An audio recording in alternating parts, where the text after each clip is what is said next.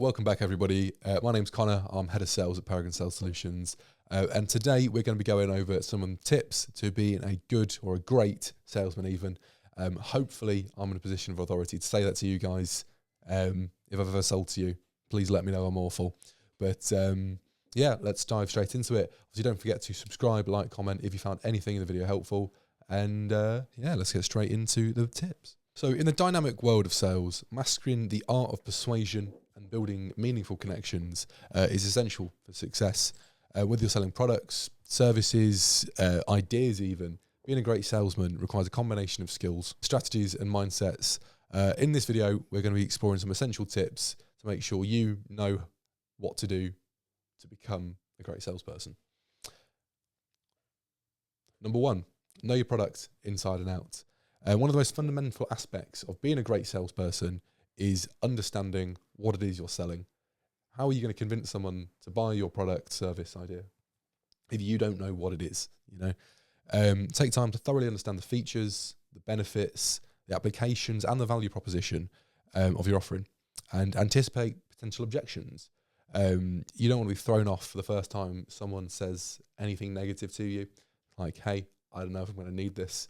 Because then you're never going to make any sales. No one's going to buy things without an objection unless you've caught them on the perfect time, perfect day, perfect person even.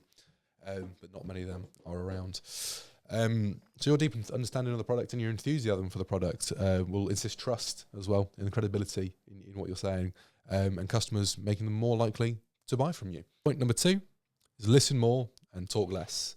I know I love talking. That's why I'm doing this video. But when you're selling to somebody, you want to make sure that you're not just blabbering on and on and on to them. You want to be able to hear what they are struggling with, hear what their problems are, so you can then suggest how to solve them. If you walked into a doctor's office and he just grabbed a random box of pills from behind him and threw them at you, you'd say, "Doc, what the hell is this? You've no idea what my problem is. How can you prescribe a solution?" Which is why we need to use these to sell. An effective salesman is not just about delivering a persuasive pitch, it's about actively listening to your customers' needs, concerns and preferences. So practice active listening skills, ask probing questions. You don't want to shut off your prospect by cornering them with a yes or a no answer. You want to make them open up about their ideas, about their problems, so that you have a more in-depth understanding of what they're going through, and just genuinely engage with them in order to build a good relationship and to close that deal. To uncover their pain points and motivations, demonstrate empathy and understanding, and you can tailor your sales approach to address their specific needs and provide personalised solutions that resonate with them. But you can't do that if you're not listening.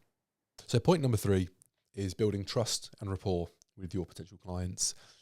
Trust and rapport is crucial for establishing long-term relationships and driving repeat business. Trust is one of the main factors people rely on when choosing a business to go with, choosing a supplier.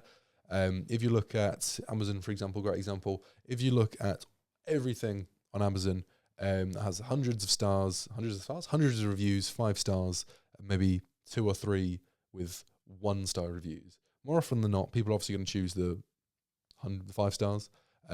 Is that because of a social proof? Yes, but it's also because they can trust that. They can rely on that supplier more because it's proven in a sense. But always be authentic and genuine and transparent in your interactions with customers, and always follow through on your promises. Show empathy and understanding towards your customers' concerns and objectives are key, and they strive to add value at every touch point. Again, trust is the foundation of successful business, sales relationships and customers. So prioritize building trust with your customers above all else, and make sure that you're not just being a salesperson, but you're being a problem solver. So point 4 is master the art of persuasion. Now that is a lot to take in one point, so we're going to give you some tips to help on that. You've got to rely on the principles of influence when it comes to persuading people. Your ability to persuade and influence people is paramount in your career as a salesperson. If you can't persuade anyone, they're not going to buy from you. That's simple as. So in order to hone your sales skills, your persuasion skills, you've got to understand why people buy and what influences people to buy. Such things are like reciprocity, scarcity, authority, and social proof.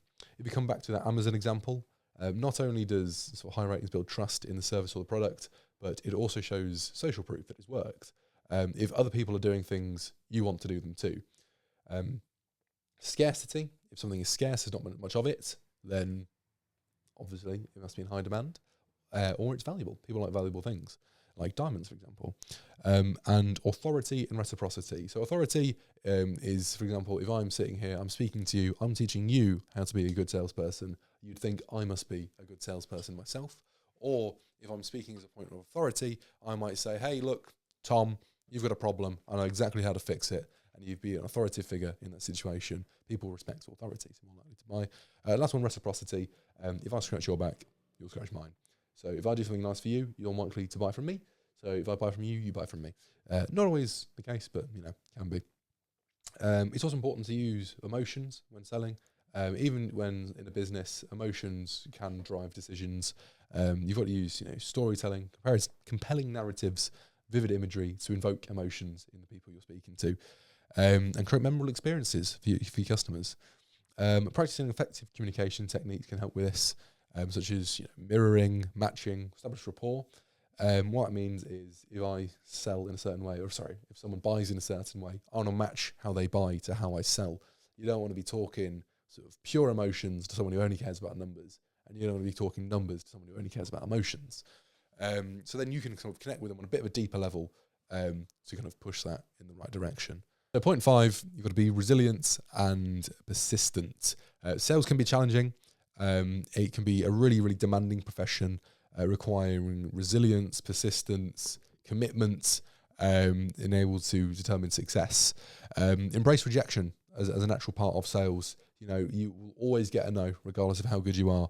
And don't let it sort of put you back, and learn from every failure in that sense. Every sale, not every sale, but most sales are recorded between 5 and 12 touch points. So if you're only following up once, you're not only following up twice, you're not being resilient enough, persistent enough, then you're not going to get that end sale. But it's also important to stay motivated and focus on your goals, maintaining a positive attitude, even if things aren't quite going right. In the face of adversity, you still need to celebrate your successes, no matter how small. Use them as fuel to propel yourself onto that next sale. 6, run out of fingers on one hand for that one. The best salesmen are lifelong learners. Even if you are at the end, near the end of your career, you still probably have something you can learn. So make sure you're still continually striving for that next sort of level of knowledge, that next bit of information you didn't know. Because salesmen are lifelong learners who are committed to improving themselves. Invest in your personal and professional development by seeking out training, workshops, guidance, mentorship opportunities to expand your knowledge and skills. They will prove, priceless in the test of time. Because no matter what you're selling, if you've got it all up here, then you're probably doing okay. But stay informed on industry trends, marketing dynamics, emerging technologies, and that impacts your sales efforts. Experiment with different sales techniques. If you're finding that something's not working, don't be afraid to switch it up. And be open to feedback and constructive criticism that helps you refine your approach. So that brings us to the end of our 6 points today. Hopefully you've learned something new and my voice hasn't been too grating. But if you're interested in learning how to become a better salesman, we have lots of courses online and offer a training that we can give you sort of on a more bespoke level to help you out with everything that you need. So please inquire with us about that. Otherwise, please like, subscribe, follow, comment, speak to your family, tell them that you saw this really weird looking guy on the camera today. And hopefully we will catch you in the next video.